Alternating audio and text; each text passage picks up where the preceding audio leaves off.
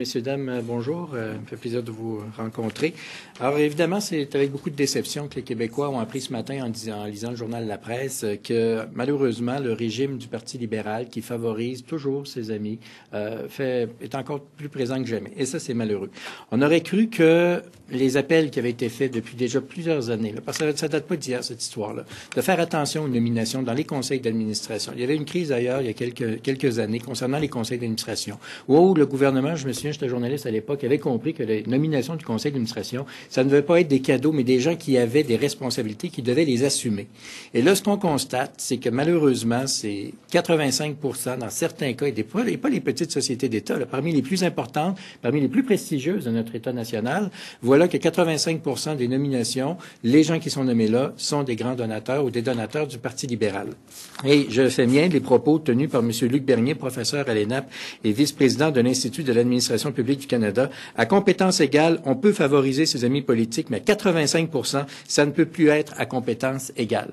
Voilà donc un observateur neutre qui conclut que lui, dans cette situation-là, à 85%, là, le jupon retrousse un petit peu trop, puis là, ça commence à paraître qu'il s'agit de ça. Autre chose, ça sera pas long. Autre chose, l'enquête du journal La Presse conclut également que dans le cas de l'administration du Parti québécois, des gouvernements du Parti québécois, des premiers ministres Bouchard et Landry, eh ben c'est 50% des nominations qui étaient faites de gens qui relevaient. Et là, on parle du parti de Pauline Marois.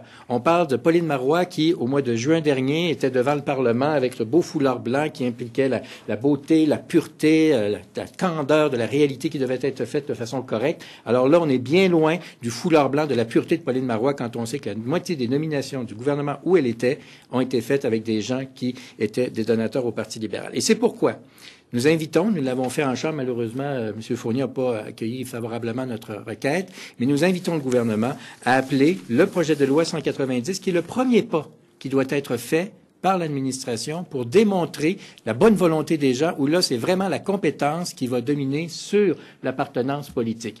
Le projet de loi 190 a été déposé il y a 1 an et demi par François Bonnardel, et ce projet de loi vise justement à dépolitiser les nominations dans des sociétés d'État. C'est le premier pas qui peut être fait, et nous souhaitons que ce soit fait. Par la suite, on pourra bonifier ce projet de loi pour que ça s'adresse directement au conseil d'administration. En terminant, je vous rappelle que les conseils d'administration sont un peu les chiens de garde de la gestion qui doit être faite quotidiennement par les administrateurs directs et le conseil de direction des sociétés d'État. Mais avec tant de complaisance, malheureusement, le rôle de chien de garde risque d'être réduit à un rôle de toutou qui est là, qui regarde et qui s'assure que tout va bien. Est-ce que vous vous questionnez sur la compétence de certaines de ces nominations? Bien, c'est ça le problème. C'est que lorsqu'on se rend compte qu'il y a un niveau si élevé de gens qui ont participé au financement d'un parti politique qui est au pouvoir et qui sont nommés directement par rapport à ça, c'est là qu'on passe à côté de l'essentiel, c'est-à-dire de la gestion et de la compétence de ces gens-là. Et c'est pour ça que lorsqu'on voit un observateur neutre, un professeur de l'ENAP et membre de l'Institut canadien d'administration publique dire qu'à 85%, là, c'est beaucoup trop, malheureusement, c'est beaucoup trop. Donc, vous considérez qu'il y a des chances qu'on nomme des gens incompétents? C'est le corollaire de ça n'est peut-être pas là, mais ce qui doit primer, c'est la compétence et non pas l'appartenance à un parti politique.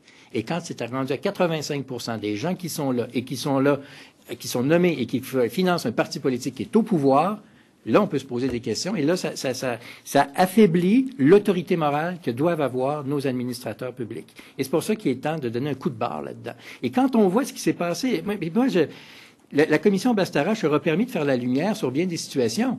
Quand on voit que la personne qui est conseillère au premier ministre pour les nominations, il va avec des post-it, à savoir si c'est un donateur ou non, ça n'a pas de bon sens. Quand on voit que le premier ministre nous dit, la main sur la Bible, qu'il n'y a pas de problème à ce qu'un grand donateur assiste à la nomination qui s'est faite par le gouvernement, ça n'a pas de bon sens.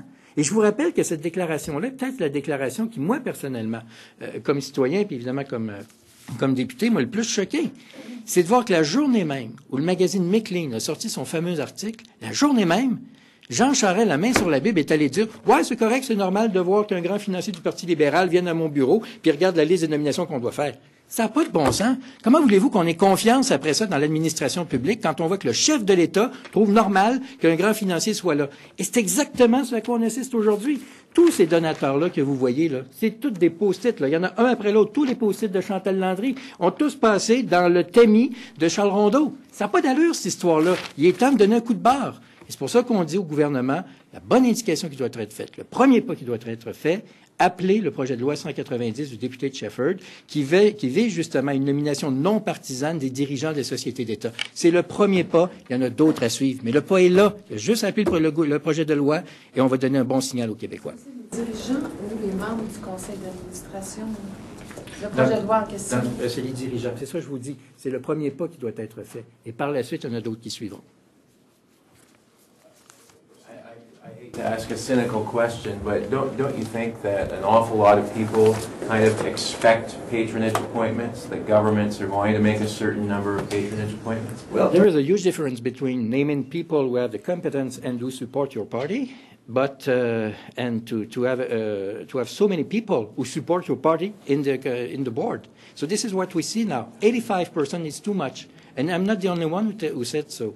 This is Mr. Luc Bernier, teacher at the ENAP and the vice president of Institut d'Administration Publique du Canada, who said that 85% it's too much, and now we're not talking about competence, we're talking about politics. So that's not good for our Crown society. Why is it a problem?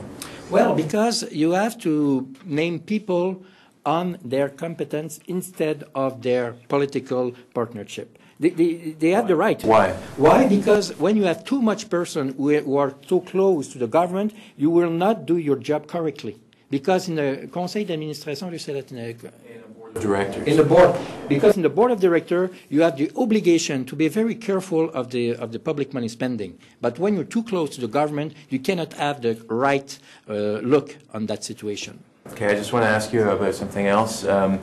The government looks like they are very happy with the results of the first year of photo radar, which would lead one to believe that we can probably expect them to extend photo radar on more roadways. Is this a cash grab? Well, I think that it's too early to have that conclusion. I think the government is too fast in their conclusion about the fact that after 9 months everything is fine, and then the conclusion is that we were on the right track and all that stuff. So it's too fast, first. Secondly, let me remind you that for the last 10 years, we see a decrease of death on our road. So it's not this simple or this clear example or this situation, the photo radar, that is the panacea of everything.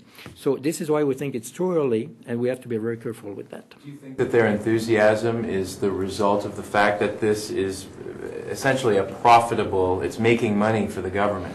Well, this is our first concern. When we were the official opposition, we opposed to that because we thought that, yes, it will be a really good money machine. And this is what the proof is that. We have seen that it's a very good for to have a lot of cash with that machine. So we do not, we think that when we put those machines, not in the situation where we have a big problem with security, but just when we see people that we can have a lot of money on high road, so in highway. So we think it's just for money instead of security. Avez-vous fait l'expérience, comme conducteur, au volant de votre voiture? Avez-vous levé le pied quand vous avez vu? Mettons dans le comté de janvier, Grondin, là. Tous mes amis vous diront que je suis le dernier gars à avoir levé le pied parce que je roule pas vite. C'est vrai. Moi, je suis pas un gars qui roule vite naturellement, fait que je suis pas très... Les rares fois où je roule vite, là, je suis là, puis les deux mains sur le volant, puis ça y va. Je suis pas vraiment un bon... C'est pas vous qui avez sur le volant. Non, je suis malheureusement pas un bon co-type dans ce cas-là. Merci.